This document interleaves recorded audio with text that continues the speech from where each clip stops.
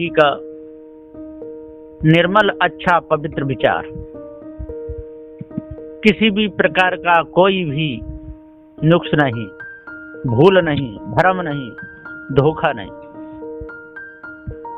सज्जनों, पारखी संत आप लोगों को बार बार जगा रहे हैं, फिर भी आप लोगों की नींद पर कोई असर नहीं पड़ता।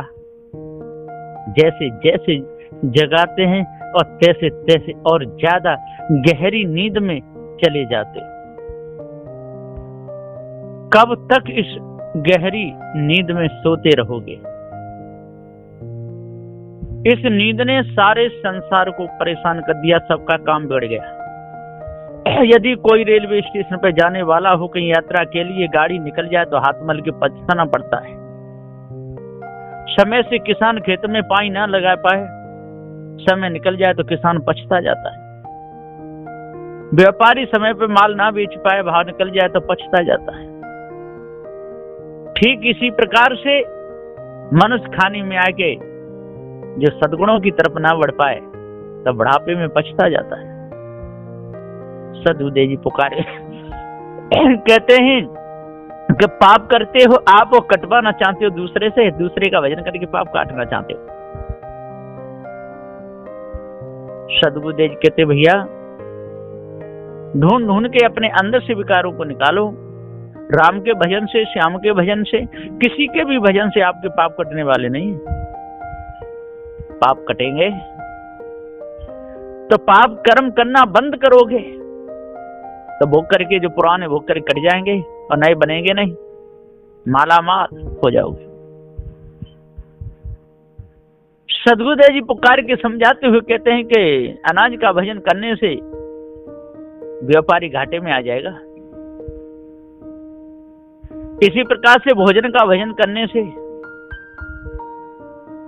जितने भी भोजन पाने जाएंगे वो सब भूखे के भूखे रह जाएंगे। दूध का भजन करने से यदि कोई दवाई खाता हो दूध की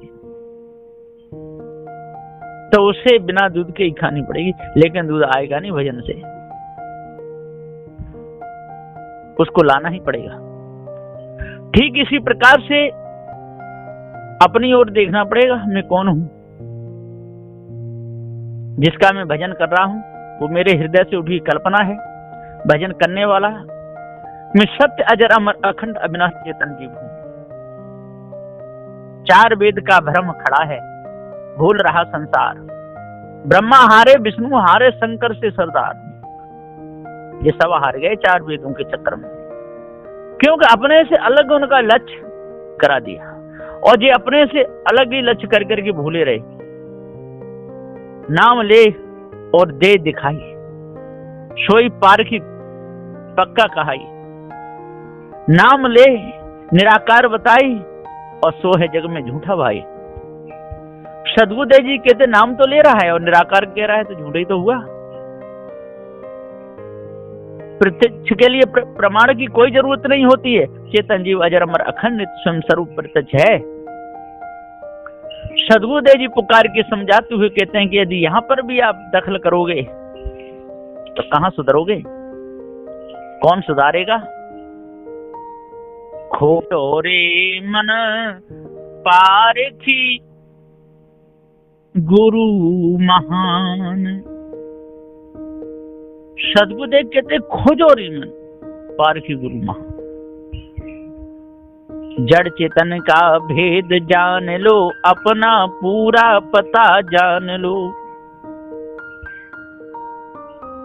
बिल्कुल अपना पूरा पता अच्छी तरीका से जान लो।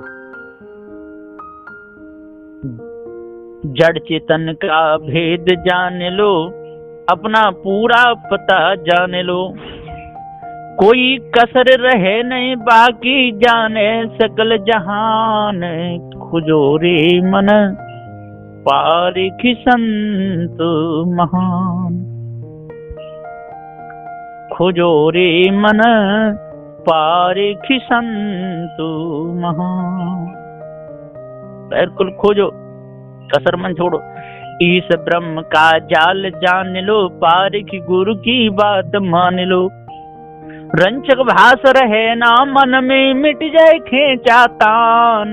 खोजो रे मन पारे की संत महान, खोजो रे मन पारे की संत महान। पारख बिन सब जग में, पारख बिन सब जग है अंधा, करते हैं फोकट का धंधा। अब झूठे धंधे को छोड़ो, न्याय नीति को जान। खोजो रे मन पारखी गुरु महान।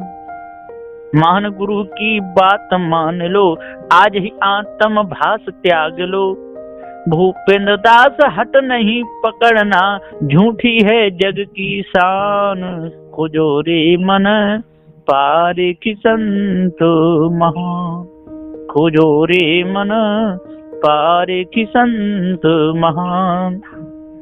सद्गुरुदेव जी कहते हैं कि झूठी शान में सारा संसार भूला हुआ है, और जब तक इस झूठी शान को, झूठे मान को नहीं त्यागोगे, तब तक भूले ही रहोगे। बात दो टूक है।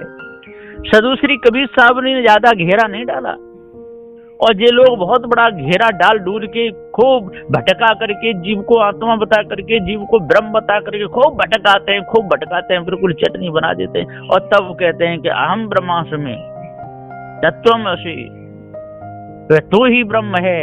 अरे मूर्ख, पहले अलग ब्रह्म ठहरा करके फिर क्यों कहता है? क्यों इतना भटकाया, क्यों इतना भुलाया? और फिर अलग निरूपण करता है, जीव को भास बताता है, जीव भास है। हाँ, आत्मा कहीं आता जाता नहीं है, जीव आता जाता है। कैसे घड़े के जल में पृथ्वी में आता जाता है, लेकिन सूर्य आता जाता नहीं है।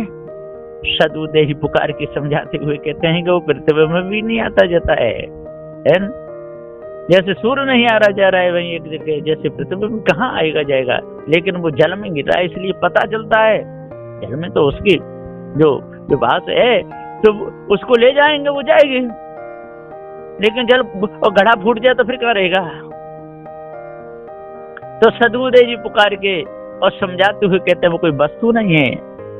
जो सूर्य का प्रकाश जो जल में जो पड़ रहा है, और जो उसका जो पृथ्वी में उसमें दिख रहा है, वो कोई वस्तु नहीं है, वह वस्तु है।